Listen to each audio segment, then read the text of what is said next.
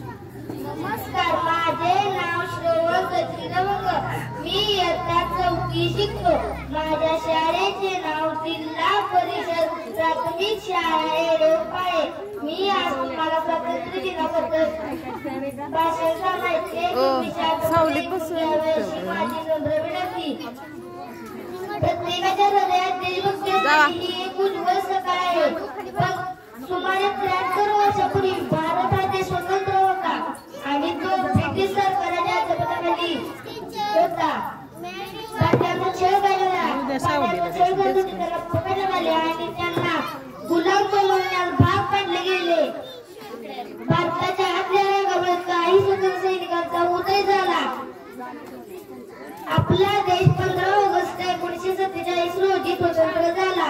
या दिवशी आपण झेंडावंदन करतो. मला स्वातंत्र्य दिन खूप आवडतो.